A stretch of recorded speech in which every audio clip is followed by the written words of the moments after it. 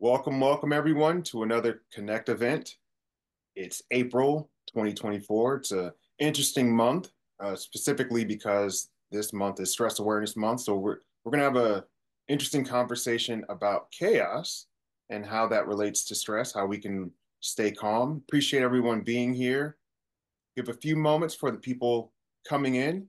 If you have um, any celebrations, go ahead and pop that in the chat. We'd like to celebrate with you. But while we're getting started, I'm going to go ahead and introduce myself. I am Dr. Dave Hester. I am the Vice President here at LifeGuides. I have the wonderful pleasure of being with two of our Life Guides. I also have the esteemed pleasure to lead these guides in providing service to our member population and to our member families.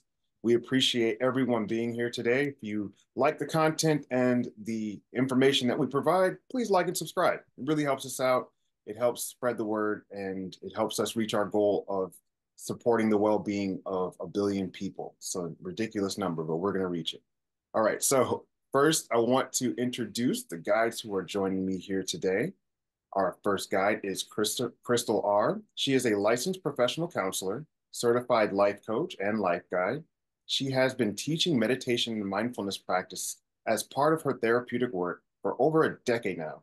She teaches mindfulness as a means to expand into unconditional love toward yourself and others.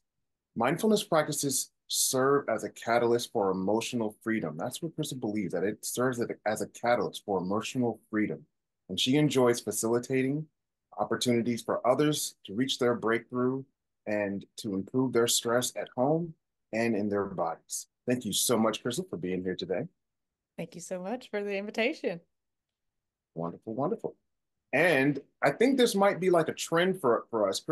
Christopher G is back with us. He was with us also we had a stress related one about a year ago. So please go back to the April 2023 if you want to see some of the cool tips that he dropped in there. But just a little bit on Christopher.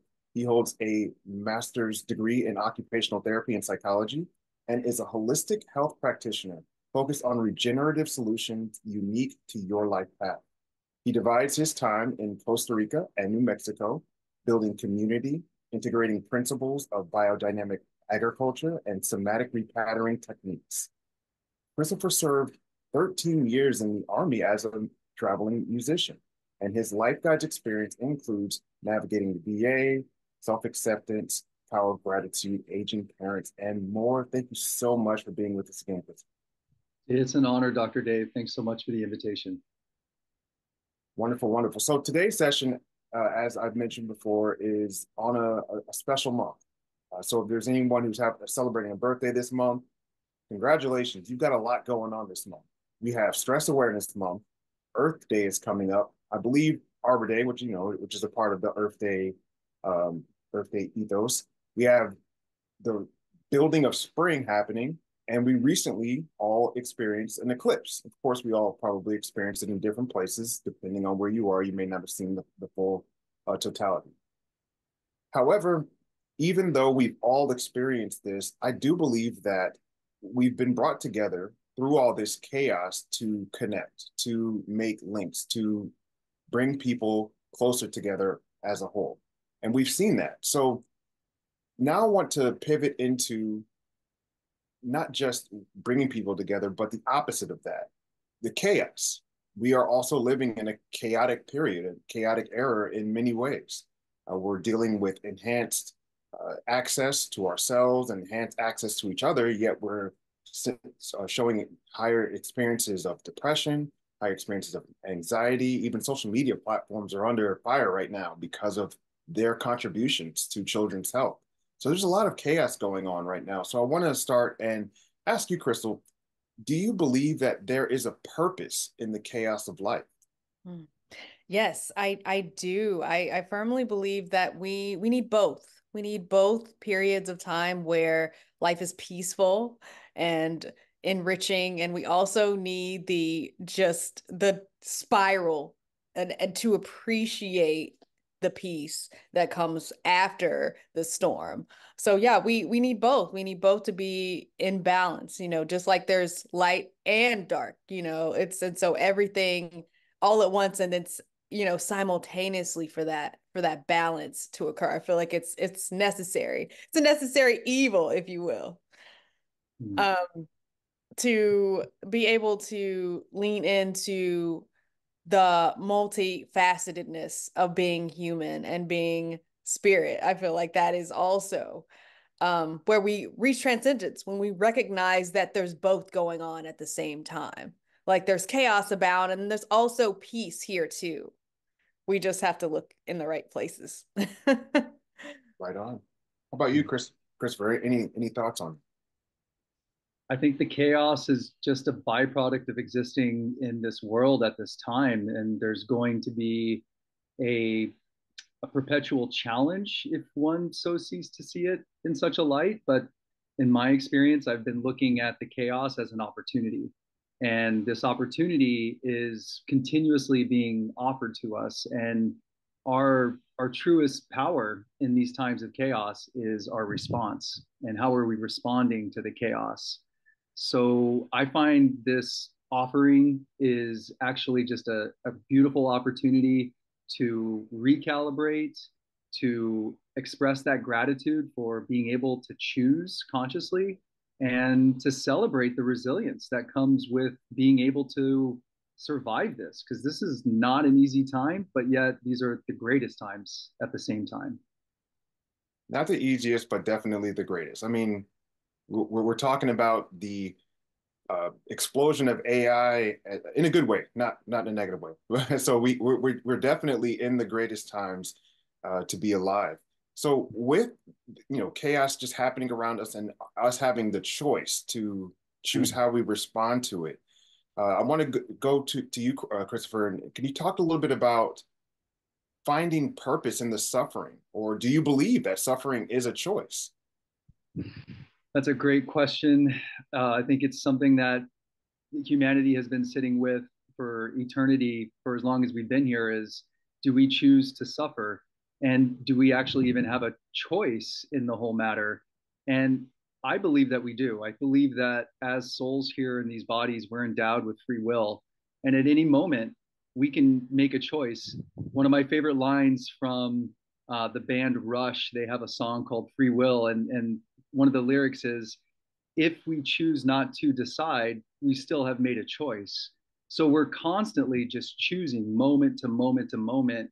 Even if we're not speaking, our choice may be to simply direct our awareness to our breath and allow the breath to expand. That's a choice we can make in the moment, even though in whatever's coming our way, whatever stimulus, whatever triggers coming our way, we can allow that choice to create greater space so that we can recalibrate and come back to center. So I do believe that suffering is a choice. And once we can accept that we are choosing to suffer, then we have a choice, or we can make a different choice to honor that suffering because it's here to show us something. And and what that is may not show itself immediately. It takes time and space and a real deep compassion for the fact that the human experience is not easy. Tell you what's easy. Listening to you is easy, and connecting with your message is really easy. But that choice of suffering can be difficult for some people to swallow or to accept, depending on their perspective. So I want to also talk about the opposite, where people may feel like they don't have a choice or they don't necessarily have free will. I know Robert Sapolsky, who is a Stanford, I believe, neuroscientist, recently provided a book called Determined and talked about free will. Now, I don't agree or believe in all of his claims, but he does state that the suffering that we experience is kind of a system thing, that the systems that we inhabit or that we work in put these on us and almost at times take away our free will. Mm. So I wanted to just mention that just so that we're getting all aspects or all sides of it. But any thoughts from you, Crystal, on suffering being a choice and what people can do in making the choice that's best for them? Mm.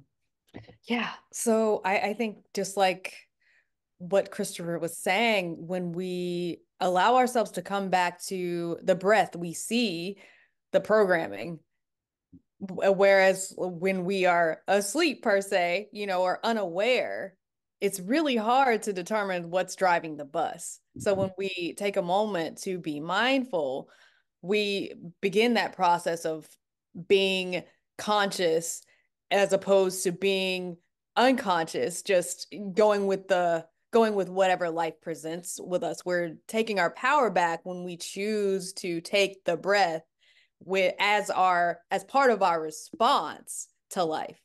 There's that quote, and I'm probably gonna butcher it today, but life is not what happens to you, it's how you choose to respond to life that determines your resiliency, that determines your outcomes. So I feel like we have a tendency to give our power away, and that's when we begin to make the choice to suffer. We start to see suffering as a viable choice for our lives, as opposed to just really leaning into, am I really available for this? Oftentimes we don't even think about that. We just how much power we have in our words, and then the thoughts that we think that create outcomes for us. So I think that, really allowing ourselves to take that breath and look at what life is offering, because I also believe that life is a teacher. We're all here to learn. We're all here to grow. And so when we're in the process of learning, there's going to be some hiccups. There's going to be some, just chaos, because that's, the path, whatever life tends to show us, it's all about the expansion of growth and our souls and what we came here to do. All of us have lessons here that we're here meant to learn, and we're meant to grow from that. We're meant to expand from that. Um it is the journey of the soul and becoming the best version of yourself, or the highest version of yourself that you can in this moment that we're in. And it all comes back to engaging life presently. Notice I said presently, not looking too Not far in looking the back. future, Yeah, and then not looking backwards. absolutely. And we do have the power to mentally time travel and kind of look into the future. That's one of the interesting things and that humans can do. However, we can also be stuck in the mud of our past, or stuck in our story, or kind of the cycle. I don't know about you, but if I had a challenge, I have these, so to speak, like neural pathways that automatically activate if that challenge comes up, and it's almost like now I'm stuck in this feeling. And so we're talking about how to stay calm, in that chaos. And now that we understand that it is a choice what we do. What do you do to stay calm when the world about you is losing their mind, or even you're, having internal challenges? Let's start with you, Christopher. What do you do to stay calm in those moments? I've been applying this experiment for probably the last 6 or 7 months, where everything in my life, without exception, I've been celebrating it. The setbacks, the disappointments, the broken expectations, all of it, I've been celebrating it. And even though that I may not be able to go out and do something in the physical world to celebrate it, in that moment, I can celebrate the resilience in choosing to celebrate it by just taking a deeper breath. And it's so amazing that we have this mechanism within us that is so reliable, that continues to function in the background with or without our conscious awareness, that is with us from our very first breath to the very last breath we take. And that, to me, is the perpetual offering to celebrate. And even though I may be saturated with all of the negative default programming that's coming in from all these different directions, we still have a choice in the moment. And the self-regulation, the centeredness, the groundedness, the mindfulness that comes with choosing to slow one's breath down, regardless of what's happening around us, that to me is sovereignty. That to me is taking your power back and sitting in your throne, your seat of power, which truly boils down to that circumstances really don't matter. It's only state of being. It's your state of being that dictates how all of this coalesces in our experience. And accepting that, which to me translates to honoring it, has been my journey of allowing things to occur as opposed to demanding that they need to be any different than how they are. Because I believe that it really doesn't matter what happens, it only matters what we do with what happens, because life is going to continue on and on and on. And this perpetual present moment is what is the gift for us. And how we choose to receive that, I believe, is our testament in this life. You mentioned circumstances, so that just a quick follow-up question on that. Do you, which one do you believe matters more? Life, circumstances, or kind of this state of being? Which one do you think has more weight there? I firmly believe, and it's not even a belief anymore, it's a knowing that it is our state of being. At any given point in time, we can sit in stillness amidst the chaos and observe and watch how everything is twisting like a tornado around us. And yet, somehow, in some way, things will work out in reflection to your state of being, because as within, so without, we're watching things that are in refraction to however our inner state is being cultivated in that moment. And maybe we've witnessed that in our interactions with people, where someone comes to us and they just have a lot to share. And as a guide, we've been there, and we're trained to hold that space for them in a very unconditional, supporting manner. If we were to match that, their state of being, how are we really being of service to those around us at the highest level? And it's not really about them, it's about us. How are we serving us in that moment? Are we going to mirror the trigger in that heightened emotion? And this is a conversation for a different time, talking about empathy and whatnot. But I don't believe that we need to mirror other people's emotions if we know that what's best for us is something different. If it's stillness, if it's deepening our breath. And in those practices and those opportunities, we can watch not just those around us, but our circumstances surrounding us change as a result from that. And I've been witnessing this continuously over the last few years, since I've really been making this a conscious intention to focus more on state of being than trying to change circumstances. That's fantastic. Now, I'm talking with two clinicians, although we're coming from the guide perspective right now. Crystal, for you, you have had experience for over 10 years supporting people, and I can hear in some of Christopher's responses that it's really important to meet people, or to help people find what works for them. I like that you mentioned, though, Christopher, that you don't want to kind of like almost mirror someone else. You want to allow them to have it, so to speak, have their emotions, or have their feelings. But I want to ask you a similar question about life circumstances.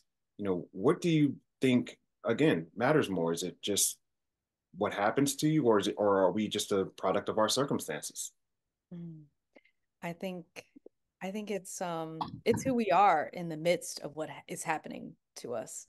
I believe, like like Christopher, like that your state of being determines what, like how you adjust, how you're, like what you have access to. And I'm referring to that because there's when we have for example, when we have traumatic things happen to us, the brain splits and completely just turns in on itself, and then no longer, like your body is no longer a safe place to live. But when we talk about acceptance, when we talk about, radically accepting and looking at, hey, okay, this is going on, being able to acknowledge it, I think is crucial, because then you can make a choice after that. But you have to be able to sit with yourself. And I think that we as a society, we're not good at that. We're very distracted, meaning we're looking at everybody else, and we're Mm. spending the bulk of our time there. And so I like what you had to say, Christopher, about not picking up other people's emotions. Because yeah, as a clinician, that is part of it too. I call it a spiritual hygiene maintenance. When you're Wait, able wait, wait. Say that again. spiritual hygiene maintenance. Okay. Tell me more. I call it that because when we're engaging, when we're connecting, it's well, it's very easy for me to sometimes absorb the emotions and feelings of other people. And so I have to make sure that I keep my mind right and I keep my mind focused on what I'm here to do. Mm, And I do that definitely by slowing down and breathing and making sure that I'm mindful of those things that are going on, just and what the other person might be coming into the session with.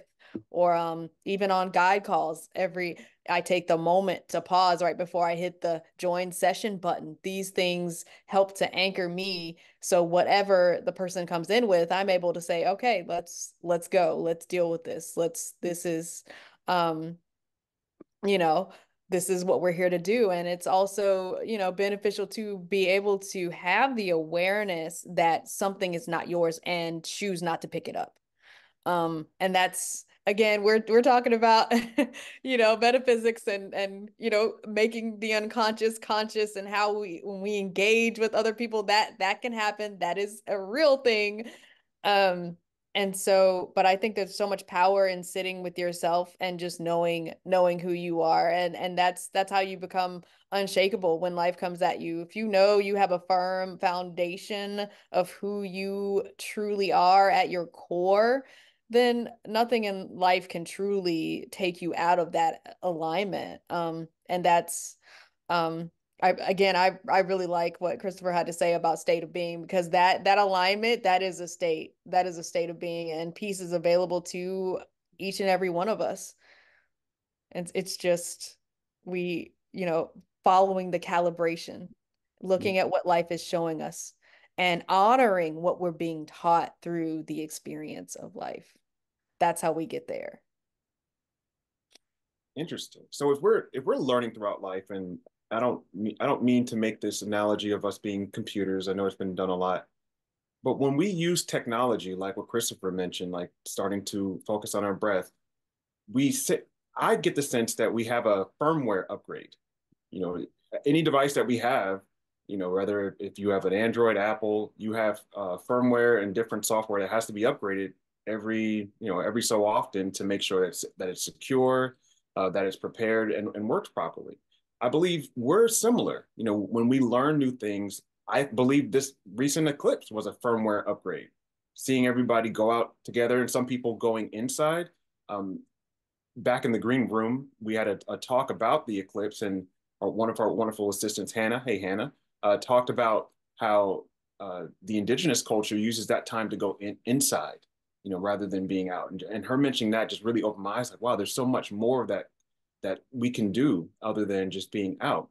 There was a really good conversation going on within the chat about Alzheimer's, and I wanted to highlight the question. It came from CJ and it was inside the chat, but I want to pull it into live and talk about it real quick.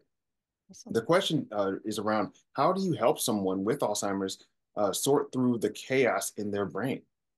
So this is, of course, a question near and dear to, I believe, all of our hearts, especially because that's why LifeGuides was started, was to support people who are supporters of patients with Alzheimer's. So let's start with you, Christopher. Any thoughts there on how you can support someone, through those challenges? I believe it's crucial that we acknowledge the frustration that they're feeling in the moment and not to correct them. I've experienced when we try to correct, especially when they're not asking for correction, then that can create more agitation. And depending on a person's state of decline in terms of their memory, a lot of times pulling up recent events can actually create more confusion for them. And I'm just speaking for personal experience. My father, who had a major brain injury in 2020, he presents with symptoms of Alzheimer's and dementia, even though he isn't diagnosed. It was just the result of his injury. And when I'm with him, it's present moment awareness 100%, which is actually a blessing. Like I realize Hmm. in the patients and clients I've worked with memory impairments, it's just incredible to just be with them in the present moment without talking about, well, what'd you have for breakfast, or what are you going to have for this and this, and just being with them here and now is such a blessing. And I think maybe as a society we put so much value on the memory and their ability to recall, and now we're being presented with things like Mandela effect, where so many things can't even be verified because here in the present time it's changed. So it's just absolutely um, amazing to me at this stage in the game, where it's an offering and a blessing to be personally with my father, who we don't talk about the past and we don't talk about the future. We just talk about here and now. And to be honest, we really don't even talk a lot. We're just in this state of being and presence where there's no pressure to make conversation. If he has questions, if he wants to talk, that's beautiful. But ultimately, he's the captain of his own ship, as are we all. And how he wants to steer that ship, I'm going to support him 100%, regardless if he can recall 20 years ago or 10 minutes ago. That's really irrelevant. And so I just returned to the mindfulness, returning to the present, and being okay with allowing them to feel frustrated or whatever they're going to experience. And but acknowledge that these are hard times, Papa. These are difficult, but know that I'm here for you and you're supported. And if there's anything I can do for you, just let me know. It's beautiful. It's beautiful. Meeting to share on that, Crystal, how to Oh support yeah, someone. Go for absolutely. it. Um, yeah, so my mom had a brain bleed from a stroke. And so it left her with some cognitive impairment. This is And so before she, passed away, there was a lot of, pressure on just, keeping things normal. I feel like we all want, at the end of the day, we all want to be that person that everyone else knows us to be. And so I feel like that adds to the agitation, is that they know on an intrinsic level that they've changed and the people around them just hasn't made that adjustment yet. So I sat with my mom initially when it happened years ago, just being patient with her and not having that expectation that she was going to be the same person who hasn't got, the same person who didn't just go through this transformative experience. And it's um learning how to begin again.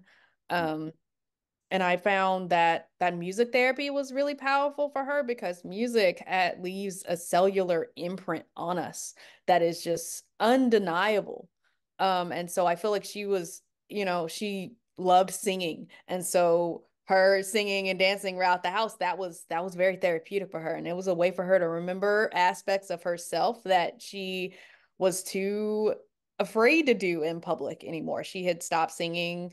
We would only be privy to her singing voice after her stroke took part of her voice. So I say, just like Christopher, being able to sit with that person and you know, not have any judgments about who they were or who they should be, and just being able to release that and see them for who they are in the now, I think is gorgeous acceptance. And just, and that's how we fully embrace people, right? When we don't have any of the judgments. And also, yeah, I think it's also pivotal um to just name the feelings, get it out. There's so much that goes left unsaid, and I feel like when we name our feelings, that's how we're able to really focus on um the things that we need to release and also get out, and as well as continuing to journey with the person, because we have an expectation that they're not going to have thoughts or feelings about where they are right now. Like that's dehumanizing, and I feel like when we can get them to name their feelings, we can name ours too, and that really helps to bring power back on both sides, bring that balance back to the human experience and being able to sit with them. I think it's way easier to do when we are able to connect that way, when we're not when we're coming from a place of non-judgment. And it's really hard to do, especially if it's a family member and it does test everything. But the reward of seeing their face light up, Mm. because because you accepted them. You gave them that warmth that they were looking for. Everyone needs to feel connected. I'll share another story. Um, so my late uncle has been gone for about 5 years now, and he was in hospice, and I got to sit with him. Everyone else was so afraid to touch him, and he was dying of cancer. And so I would often tell everyone, hey, he's not a leper, he's a human being going through this transformative experience. Let's give him his humanity back, and the easiest way for us to do that is to ask him what he needs. What does he want to spend his last days doing? How does he want to connect with us? What love is available to us to show him as we celebrate him, as we celebrate the transition? So, we're humans. We're all walking each other home. And so me being able to give him his dignity back by um I just took I just took a small gesture and I just rubbed lotion on his hands, because if you know anything about cancer, it makes your skin itch. So I was like just noticing the discomfort and leaning into it. And we're so afraid of that when chaos is going on, but that's exactly what we need to do. We need to lean in deeper into it. And so, he expressed his gratitude for me because I was able to do that small thing. The small things add up to big things, everyone. It's called the compounding effect. So, Mm-hmm. small incremental changes, small incremental behaviors, small incremental adjusting of thoughts can make all the difference when we're talking about thriving in chaos, not just being at the whim of what happens to us. Mm-hmm. Just had to take a moment there that we're all walking each other home. I don't think I've ever heard it put that way, but that really hits. We are. We're all on this journey together, and if we can make our journey a little bit easier, it's worth it. So, speaking about making it easier, how do you oh, let's go back to you, Chris. I know you shared a couple of stories, but I'm interested, how do you prioritize, your well-being when life goes bananas? I would say, when life is lifing, uh, Mm-hmm. sleep is definitely a priority. Now, I may not get as much sleep as I want, because I'm a new mom now, so that's sleep definitely goes out the window. But it is something to prioritize first and foremost, because if you don't get sleep, your brain just goes out the window, and then you're not able to function. So I'd say do those things to help prioritize your rest, and just know that it's okay for you to be at rest. We live in a culture where everything is 100 miles per hour. It's Mm-hmm. time to shift that a little bit.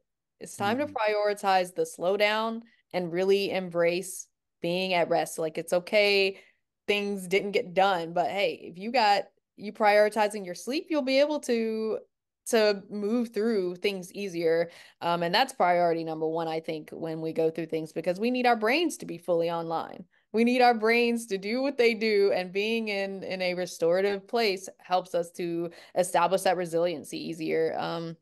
Other things too, I like to throw myself into hobbies, like reading, or I play video games. And when I'm not doing those things, I do breath work. I go out in nature. Those things can really help to just help you to expand and be nourished when you're going through the process of everything being up in the air. Also, um, you know, I'm gonna say this too. Putting up boundaries, you know. We also live in I think, era where having, love or being a loving being doesn't include boundaries as much as I would like to see it. We are and so I definitely want to stress that too. Like, it's okay to have boundaries, especially when the world is pulling on you. It's time for you to pull back. And one of the ways that you can do that is saying, "Hey, I'm unavailable right now, but I will get to you at my earliest convenience." And we need to start normalizing those conversations where it's okay to tell that to a family member, a coworker, a friend, and to have that so that you have a frame for, okay, this is how I want to be treated going forward. And in this chaotic process, it's okay for me to step back from the roles that I was in previously. That doesn't mean that I'm a bad friend, doesn't mean that I'm a bad mother. And in fact, when we use boundaries properly, it allows us to expand into who we really are. And that because we're able to hold ourselves with boundaries, and then other people learn that it's okay for them to have boundaries as well. And then that's how we create more well-being, because we're in a frame where we're not being pulled in multiple directions because we're saying yes to people who we really should say no to in the time where we're going through and we need somebody to pour back into us. So I would say those are my things to offer everyone for how to maintain your well-being. It does start with prioritizing you. We have been horribly taught that it's selfish to do that, but I'm here to reframe that narrative and say no, is the ultimate act of self-love to put those boundaries up where you need to in order to take care of yourself, in order to see yourself through the chaos and what's going on in your life, and to call in greater receivership of that support that you need. Emotional voicemail. I'm gonna maybe put that up. Emotionally not available at the moment, but if you come back, give me a moment. I'll be good. It seemed like you were nodding your head and showing some interest in what she was saying, Christopher. Was there anything that you wanted to add as far as even tools? Are there specific tools that are accessible to everyone that they can help to navigate this challenging human experience?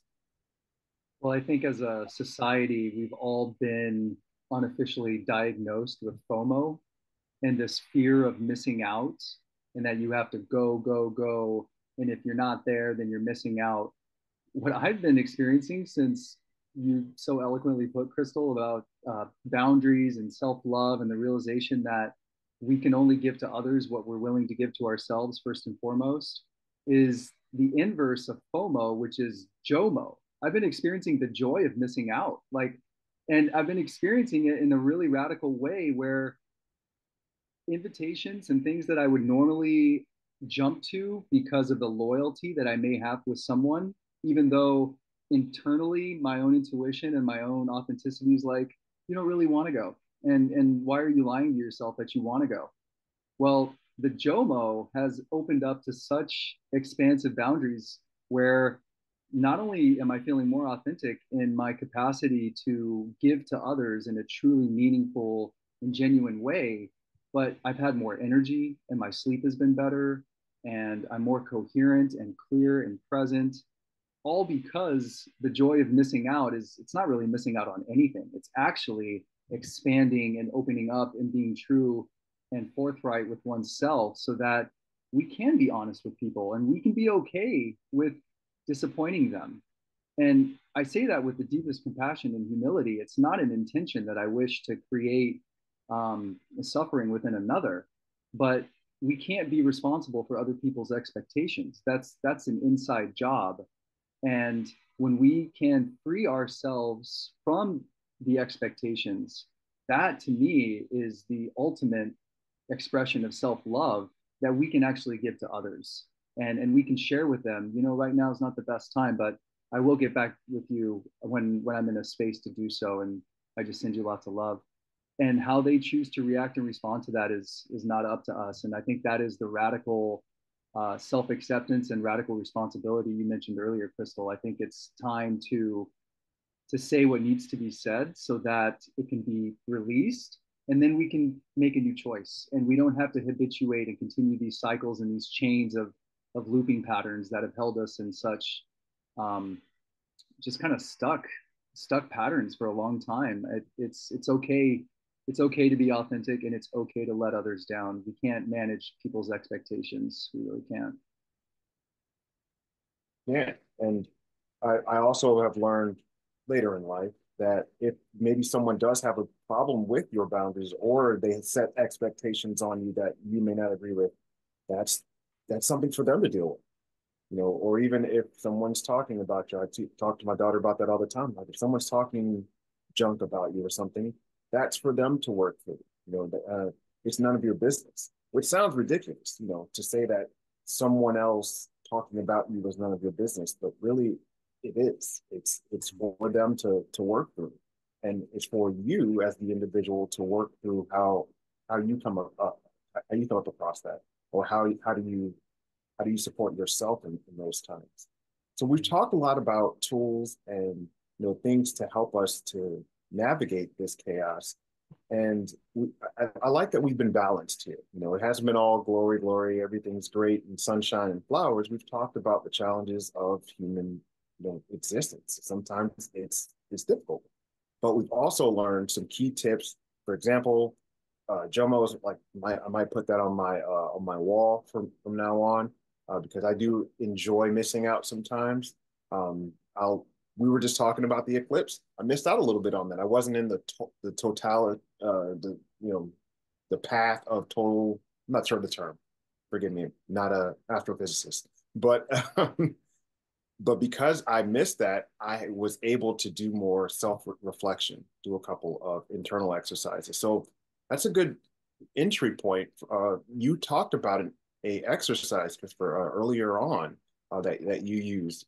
Can you tell us a little bit about that exercise that you use, and will you be able to share that with us? Sure.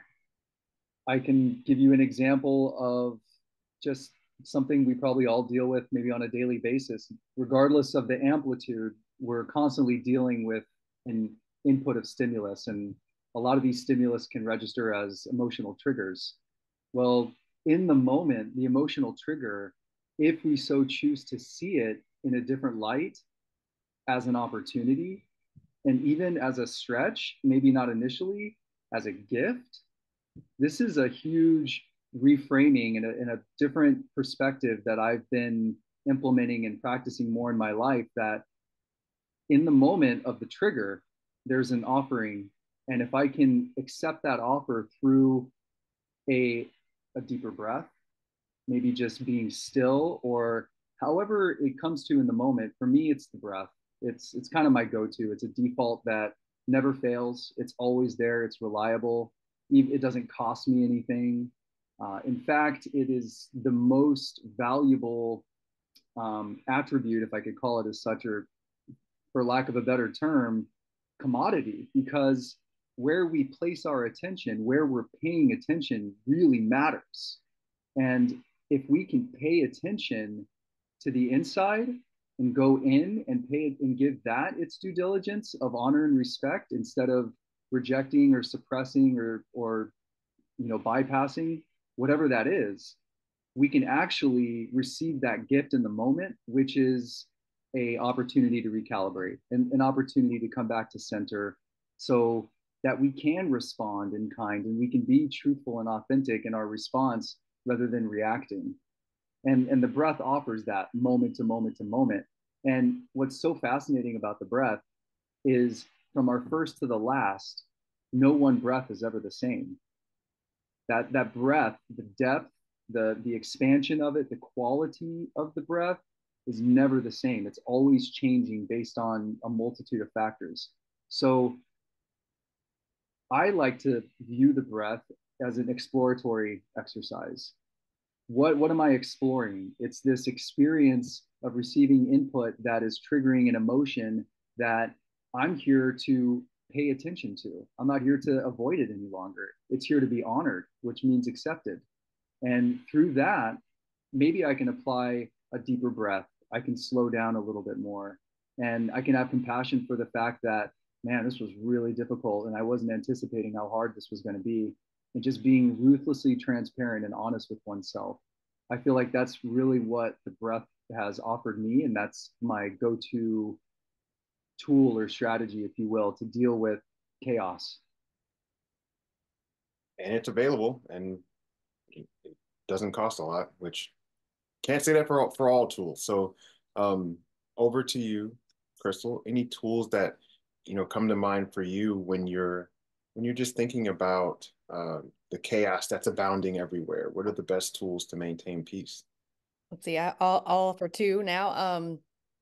I like to have a journaling practice that just helps me to organize my thoughts. I have a lot of them and they come at so much, in the intensity. And so when life is chaotic, taking a moment to jot a few things down, like how are you feeling? Where are you experiencing the emotion? It allows you to take that pause that you need, just like what the breath does, and allows you to be able to look at it later, or when you're at a state where you can actually process it. But just getting it down on paper creates that pathway for your brain to go to work and do its thing to help bring about solution and clarity, as opposed to it just being swirling in your mind and looping.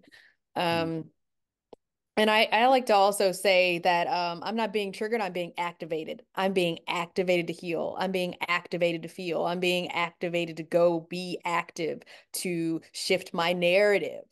And so I like the breath for that as well. There's so many techniques out there to do it, but one of my favorite ones when I'm feeling anxious because the chaos is looming is the 4-7-8 pattern for deep breathing. And so how you do it is you hold the breath, wait, excuse me. You breathe in through your nose for 4 counts, and then you hold the breath for 7 counts. And then you release the breath out of the mouth for 8 really slowly. And that sends a message to your brain and the rest of your body that it's safe for you to be in the moment. It's safe for you to be where you are. And that's contrary to what happens when chaos is talking to you saying, hey, it's not safe. It's time to move. It's time to, you know, get out of Dodge, so to speak. I find that having a pattern like that in your toolkit helps to really disrupt the chaos because you're able to find moment of clarity. You're able to access peace. Um, despite what's going on around you. So taking that moment to sit with yourself. Those are the things that I offer when life is chaotic. There's so much power in the pause. Hmm. And we have the choice. Again, we're going back to choice. You have the choice to engage and control your breath. I mean, it's the one thing that you can't control, but it's always on, or you can control and it's always on. So that's a good reminder, especially in chaotic times, to just reset. Take a couple of and I know it's cliche. People hear it all the time. Oh, calm down, take a couple deep breaths. And the worst thing to tell someone who's having a challenge is to calm down. That's Yeah, just going to that's be not for me. Oh, yeah. yeah, it's going to be counterproductive. But opening them to engaging in the breath and saying, "Hey, would you like to take a couple of deep breaths with me? Let's do it together." Again, we're talking about us walking together in this journey. So it's important to show up for each other. And speaking of showing up for each other, as we're beginning to close here, I want to thank everyone in the chat. You guys have been wonderful. The questions, the comments, the support. This is what the Connect is about. It's about connecting people so that we can make sure that you know that you're not alone. Make sure that you have the tools so that you can go it if you find yourself in these challenging situations. So if there's any questions that you have, please post them in the chat, and we'd love to answer them with the last couple of moments that we have here. While we're waiting on that to come in, I have a question for both of you, and it's really kind of a silly question, I think, but I just wanted to ask anyway. Have you ever had a moment where things were so chaotic that you couldn't believe it? Hmm. Yes. Oh, yeah, absolutely. Okay. So I think that's like a universal thing. People have been in situations where it's just like this, there's no way this is real. When that happened, and we don't have to go, too much into detail, but when that happened, did you feel closer in your body, or did you feel like you kind of, were outside of your body, or maybe even potentially, disassociating with in the moment? Like, could you tell me just real quick how you felt? And I'll speak for me first. I was out of my body, but what about you two? I was I felt like I was out of my body, and it was actually a really familiar feeling having been in the military for as long as I was, where that's the training is to push beyond and to disregard the signs and signals of the body needing your attention to slow down or take it easy. It's to push beyond that so you actually function outside of your body. And I didn't realize this until I got out of the military, that's actually like the default programming, and that's how it's how, I mean, I signed up, I volunteered, I wasn't drafted. So I take full responsibility for my own choices and decisions in that matter. Um, it was absolutely essential that you can operate on that level to push beyond your normal limits. So in reflection of what you just asked, Dr. Dave, yeah, I felt like I was absolutely out of my body. And it wasn't until maybe hours or maybe even days later that I recognized, like, whoa, what just happened? And it all caught up, and it took a toll on my body. And I think I slept for like 2 days afterwards once I had the opportunity. And reflecting back, it actually gave me a an opportunity to recognize that when chaos occurs, despite the habituation of my consciousness or my awareness to leave my body, there's still an opportunity to come back in and to slow down and to find that power in the pause. Like you mentioned, Crystal, it's about slowing down to the point where if you can remain still in the chaos, we can recognize in that moment that all we need is within us now. All we need is within us now. And that's a mantra that I've been repeating over and over because it's true. All we need is within us now. It's not yesterday or tomorrow. Tomorrow will come, and we're pretty much assured on some level that we will have what we need when that time comes. But right now, all we need is within us right now. Super helpful. Crystal, please share what you what your experience was. It similar? Was it different? Was it the same? Oh, actually, I resonate with what you're saying, Christopher. I I have post-traumatic stress, and it's not something that I talk about often, but it literally causes you to leave your body sometimes without your permission or knowledge. So I've able to offer myself greater compassion because my body is doing this thing that I'm sometimes not aware of, but it also has deepened my self-love and my awareness because I'm having to find new pathways of focus and grounding in order to, in order to heal, in order to go through the steps of being, back in my body, despite sometimes wanting to willingly float away. And I think so, I think with that, it's when life is giving us too much to feel, we should, well, not should, but to the ability to thank your body for what it's doing and how it's serving you, how it's protecting you, I think is really powerful in those moments where we are in those moments where we're feeling too much, we're feeling a lot. So that way that'll allow for, things to begin to shift. Again, it's that whatever you like whatever is in your path is for you, and not it's not meant to, totally just take you out. It's meant for you to be awakened, and to be sensitive to life and what it's offering you, if you will. So I think that, yeah, there's been so many moments where life is like, whoa, I can't even believe this right now, but here we are. And I think that that's part of the again, it's about the experience of being human. I knew immediately that I would be able to help someone as soon as I shared. And as soon as I went through the experience, I knew that it was like having the larger view of that it wasn't just for me to experience that later, after everything has shifted and the fog is cleared, the ability to be able to meet someone else where I was is that's my biggest, I would say, anchor when it comes to like life really being chaotic. And when I'm in a place where I don't understand, eventually you will see order in the chaos.